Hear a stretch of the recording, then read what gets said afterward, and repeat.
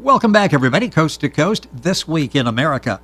Our guest on today's This Week in America, Stephen Prescod, says the struggle to survive in today's noisy classroom is real. The child's poor performance often leads authorities to apply undue pressure on the student, frequently concluding that he is lazy or low intelligence, which he says is certainly not the case. The primary difficulty is that of learning through a defective hearing channel. Stephen is the author of The Listening Child, What Can Go Wrong? He holds an M.A. in Education and an M.A. in Clinical Audiology, a Ph.D. from the State University of New York in Diagnostic Audiology, an impressive career in the U.S., Canada, and Saudi Arabia, a contributor to several books and journals in the field of education and audiology. Stephen Prescod, author of The Listening Child, What Can Go Wrong? What All Parents and Teachers Need to Know About the Struggle to Survive in Today's Noisy Classrooms, is our guest on This Week in America. Stephen, welcome to the program. It's great to have you with us today. Thank you very much. This is such a very important problem that you are addressing. Let's talk about where the idea from the book came from. I understand from in the book that you really received hundreds of questions from concerned parents and teachers baffled by student behavior. Is that where this whole idea came from, to really address this in the book, The Listening Child? Yeah, I would say basically that's where it came from. I'm retired now, but I was a clinical audiologist, and so I dealt with many problems relating to how people hear and interpret information. You know, you may think that because the ear is quite normal and everything is fine, you're not having any problems with your hearing, that it's almost automatic that you're going to be able to interpret things correctly. But it is not so, and it manifests itself mainly in the classroom with young children.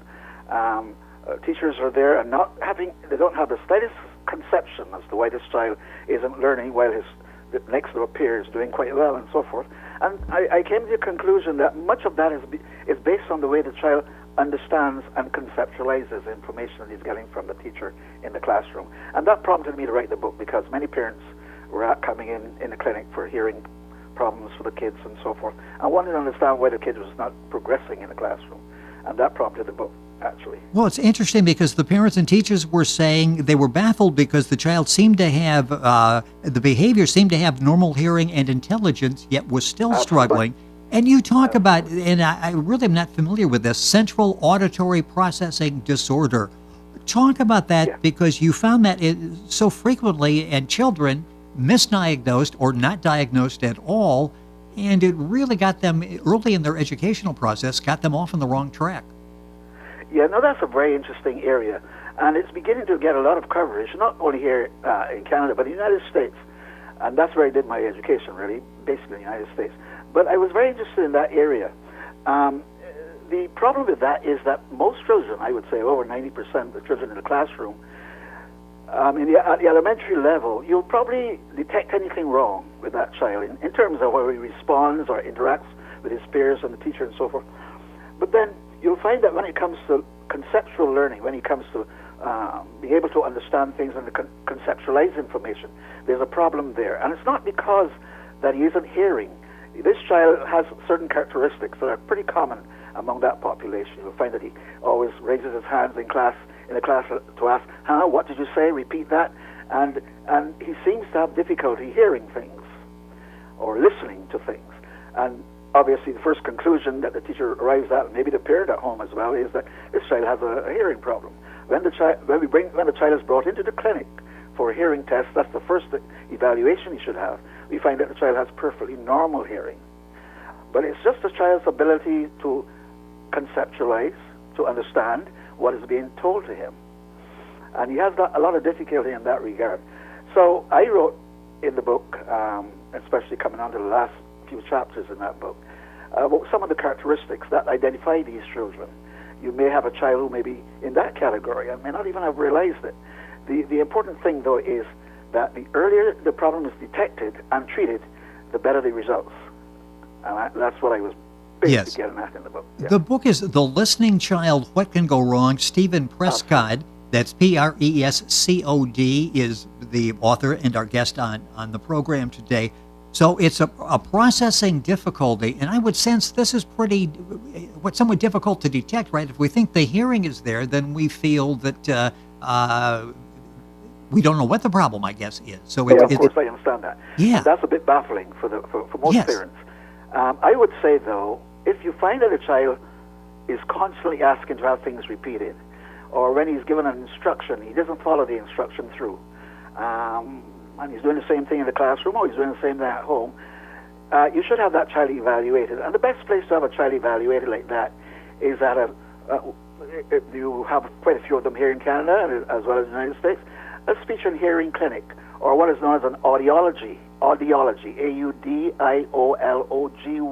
audiology center.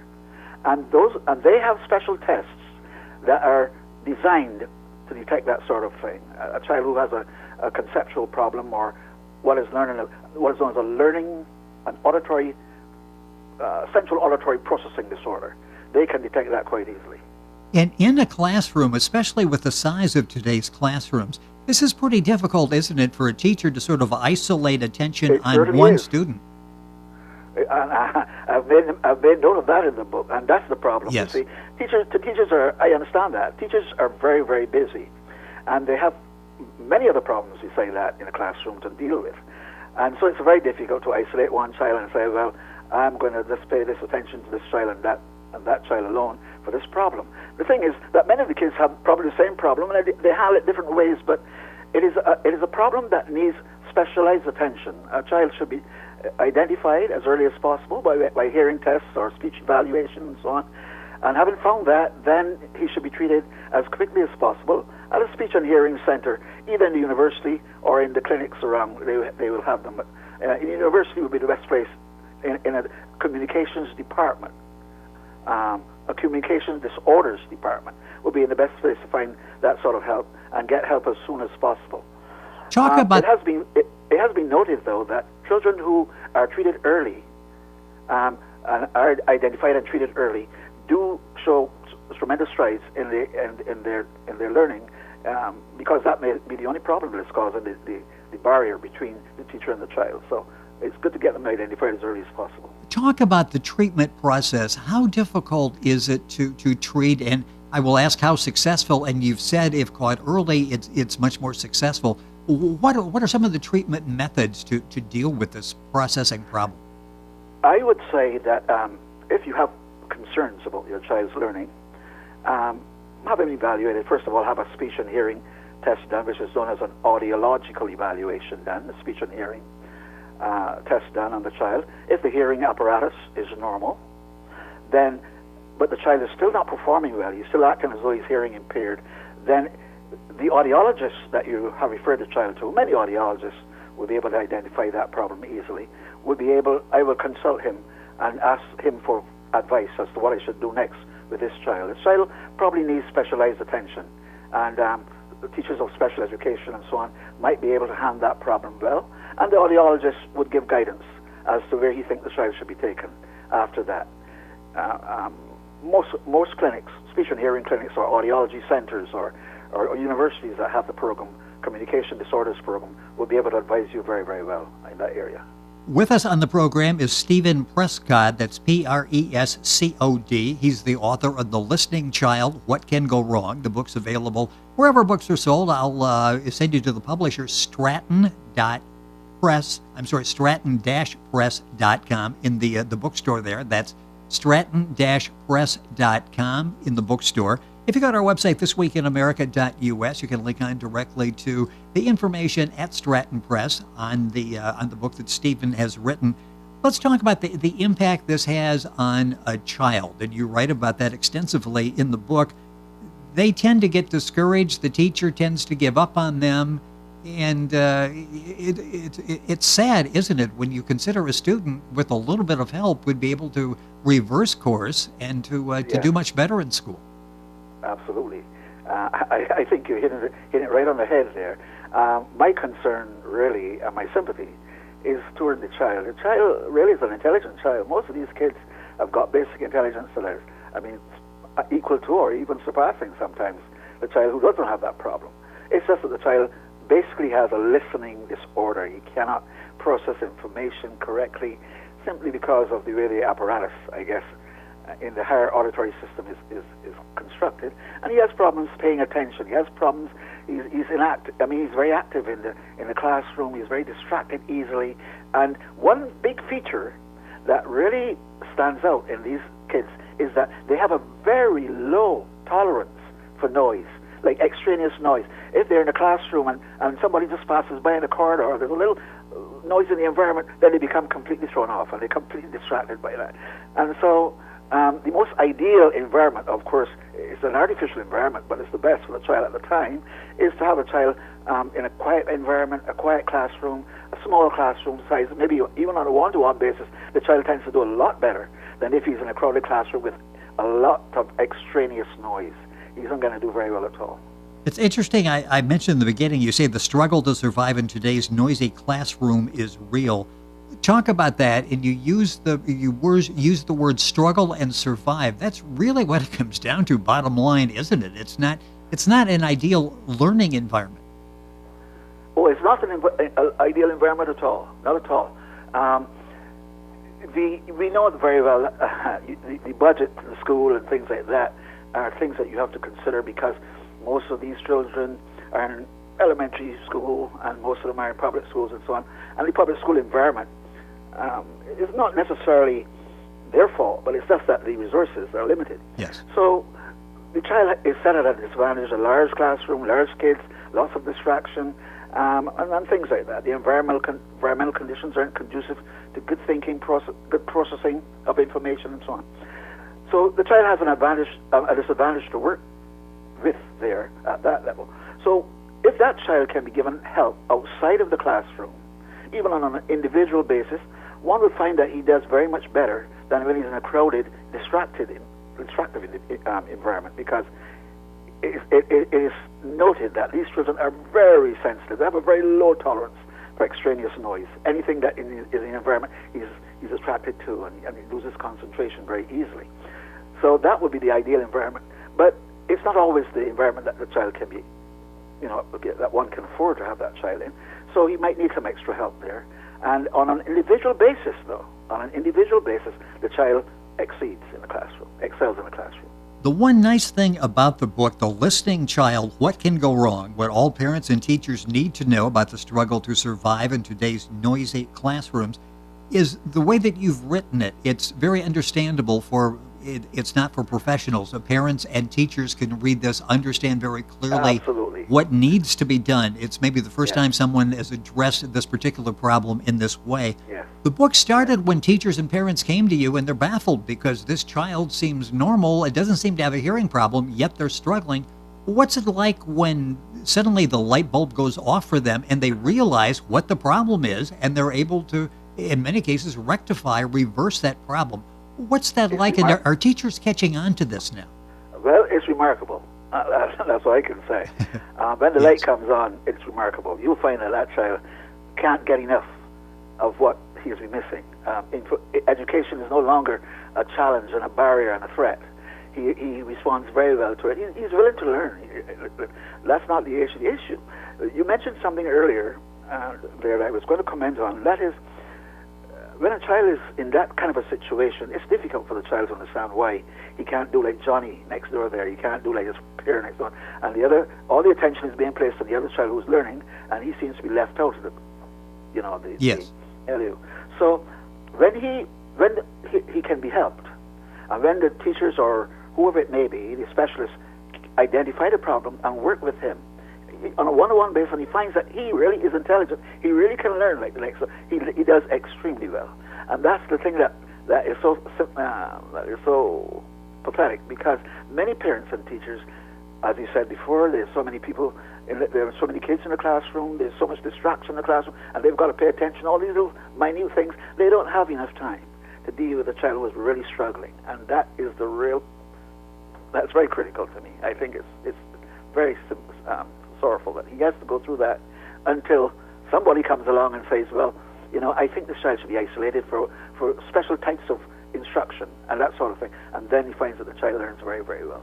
To think of all the children that have gone through the educational process that have wrongly been labeled slow, lazy, daydreamers. That's it, yes. And they're put in that category, and suddenly they start believing it themselves, so they lower their expectations. And in many cases, intellectually, these children are fine. You talk a couple minutes left in the program, but it's interesting that the child's brain. This is just a remarkable organism, isn't it? And how it works. Oh yes, it is a remarkable organism, as you said. The brain of these children is like any other brain. I mean, I mentioned that earlier in the chapter. It's the environmental conditions that impact on the child's ability to learn things, to grasp information and so on. But his brain, he's got a normal functioning system, is ready to learn. And a child, one part of the book I wrote that I really placed some emphasis on, I think it was in the introductory portion of the book, when a child said that these children, they all can learn. A child's brain is designed for learning. It is just that how we teach him is very, very important. And how we teach him is by identifying what areas he's having difficulty with. If you find that a child can do far better in a quiet environment on a one-on-one basis, well, emphasize that, give him as much of that as possible, and at the same time, try to have him interact and have social intercourse with everyone in the classroom, so that he's not isolated and he's not considered to be different, and he himself doesn't feel himself to be different.